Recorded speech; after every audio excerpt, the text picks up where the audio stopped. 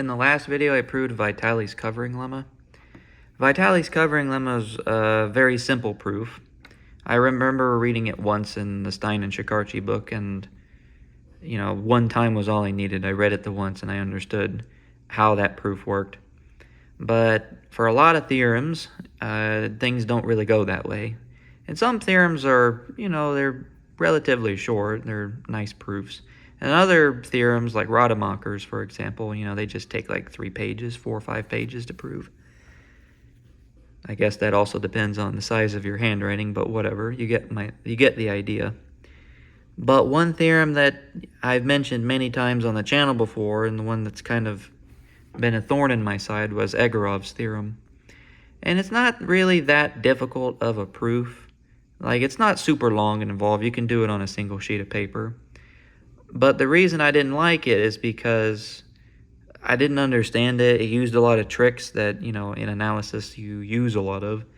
So the fact that, I couldn't do it kind of was a reflection on my abilities as a mathematician, or a budding mathematician, especially when I was in the master's program. It's also like the name. I think of the name a lot. We went through a ton of theorems I didn't understand how to do or how to prove. But Egorov's theorem, stuck with me because of the name. Egorov had, I don't know what it is about the name. It's just, I would find myself walking down the halls thinking Egorov this, Egorov that. I wonder what the theorem says. I don't remember what it said. But it's a good theorem to know because the proof uses a lot of tricks in analysis. Well, I don't say a lot, just a couple that are common. And it's also used in proving other theorems, which I mentioned in the previous video, and in a variety of different problems. It's an important theorem, is what I'm trying to get at. And so I've written up the statement here, and I doodled on the paper a little bit because why not? And it's important to just remember what the theorem says and go through it and try and explain it to someone that maybe isn't a mathematician. Like, how would you describe it to someone that doesn't understand math that much? So the statement says here, fn is a measurable function on x to the real numbers for any n greater than or equal to 1. So we have a sequence of measurable functions. Fn converges to f almost everywhere on x. So that's pointwise convergence. And then we have one more assumption. We need that the measure space x itself has to be finite in measure. If x does not have finite measure, then Egorov's conclusion may not hold. And if I have time at the end of the video, I will construct a very simple example of why it doesn't work. Okay, so what does the statement say? For any epsilon positive, there exists a set big F, subset of x, such that 2 things happen. So the first thing is that my sequence Fn converges uniformly to f on my set big F, and the measure of x get rid of f, or the complement of f, is sufficiently small, meaning smaller than epsilon. So what does Egorov's theorem really say to someone that doesn't understand this hieroglyphics I've written here? It basically says that on spaces of finite measure, so on specific sets x, pointwise convergence is nearly uniform convergence. I think that's the way Stein and Shikarchi explained it, in layman's terms. It means that on the set x, pointwise convergence is not the same as uniform, but you can find a set f where you can get a lot for what you bargain for, where pointwise becomes uniform convergence on that specific set f.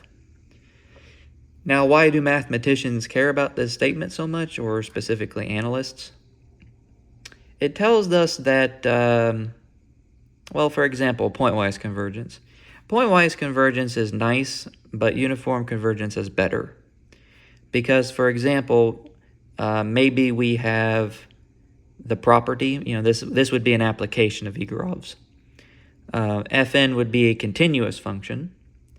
It converges pointwise to f, but that is not enough to say that f itself has to be continuous.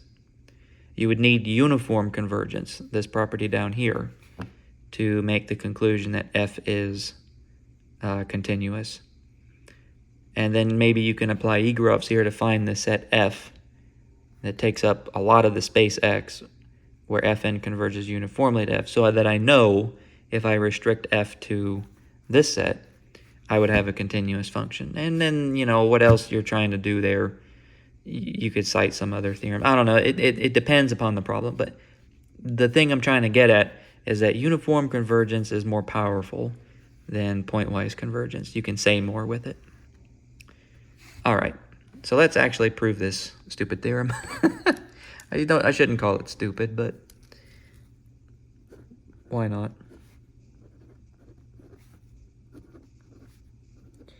So the first line says, let epsilon be a positive number here. So I write, let epsilon be given. And then the next line is a bit confusing. I say confusing because it's like, where in the world does this definition come from? But I'm going to need two natural numbers, n and m.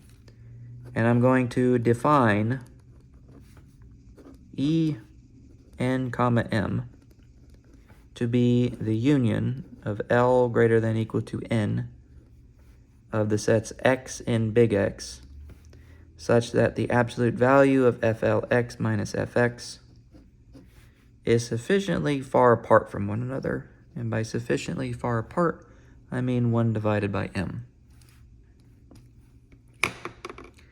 Okay, so why on earth is this set important?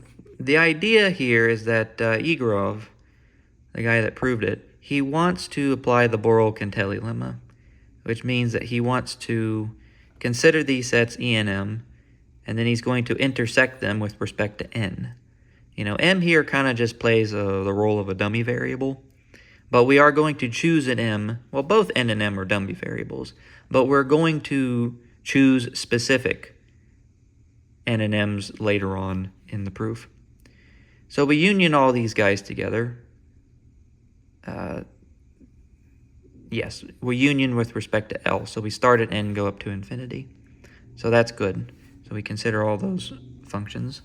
And then we are going to make the observation that because Fn converges to F almost everywhere, that what? For almost all x in big X, x cannot be in every E and M.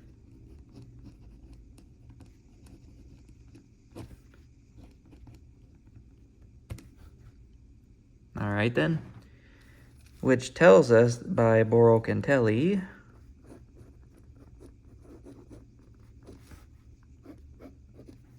that the measure of the intersection of n from 1 to infinity of E comma m has to be equal to 0. That's where the finite measure property comes into play here, because I need to use Borel-Cantelli. So because I have this, I know that I can construct a subsequence that does something really great. So how am I going to do it? So choose a subsequence, which I denote nk, from the set, or excuse me, from the sequence n, such that what? Let's write it over here. We want that the measure of enk comma k is strictly less than epsilon divided by 2 raised to the k power. Okay, so let me take a pause. Let me pause here for a second and actually reflect on why you can construct a sequence that does this. Because this is, you know, when I was learning this the first time, the first place where I get confused is line 2, and then maybe line 3, because I didn't know Borel-Cantelli at the time, and then, or not line 3, line 1, 2, and then this would be my next line. This part also confuses me. It's like, why can I construct a sequence like this? Why does E and K actually work? Well, it's because I know this intersection of E and M's tends to 0. So you know, for some nk, we have to be within a certain threshold. And I can choose the threshold just as long as it's decreasing. So I choose this epsilon over 2 to the k. So this definition here, this ENKK, here k is playing the role of m, and then the nk here is playing the role of this index that appears down here. So this becomes nk, and this m becomes my k. Okay, so we know that this measure has to be less than epsilon over 2 to the k. Now what? Now I'm ready to define my set big F. So define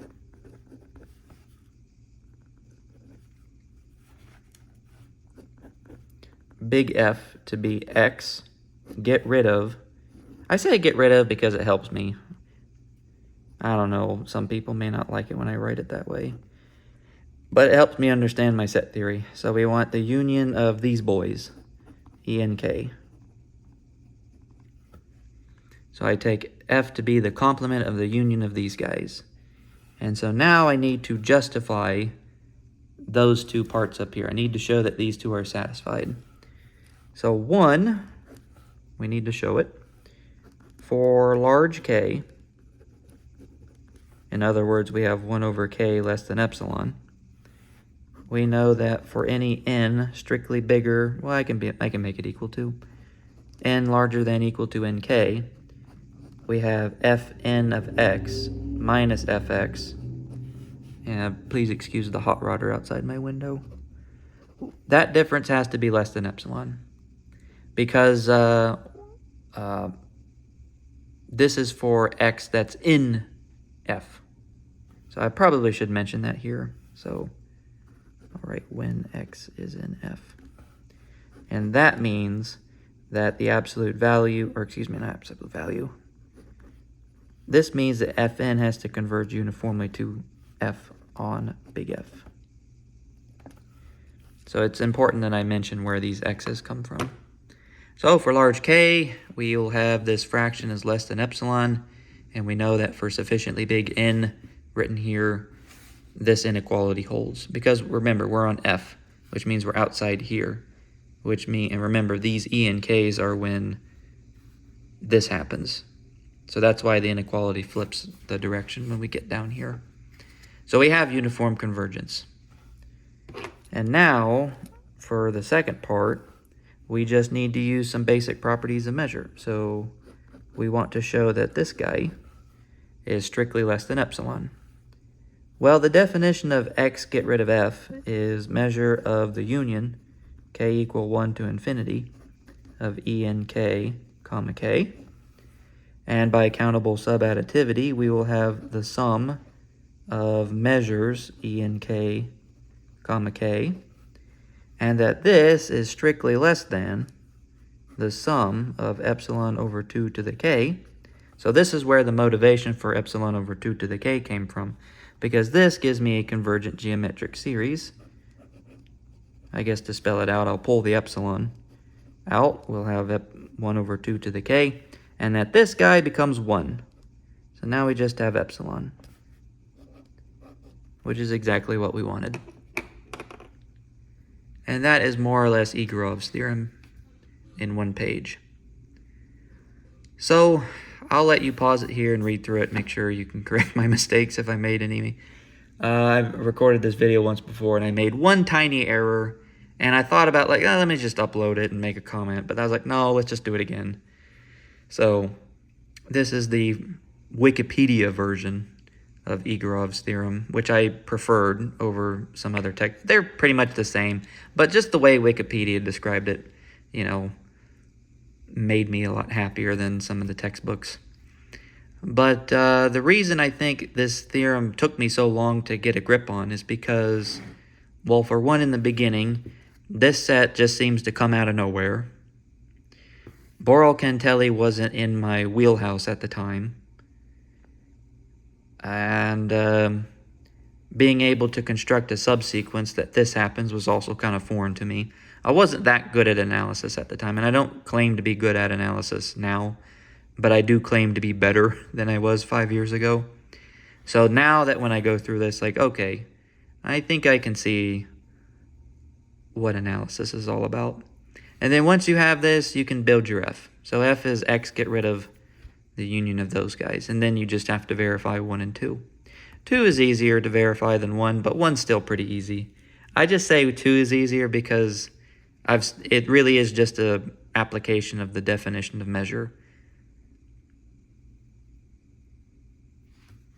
Anyway, I think that just about covers it. Let me know what you think of Egorov's theorem. Is it one of your favorite theorems? Did you struggle with it as much as I did? I have no idea why I struggled with it as much as I did, but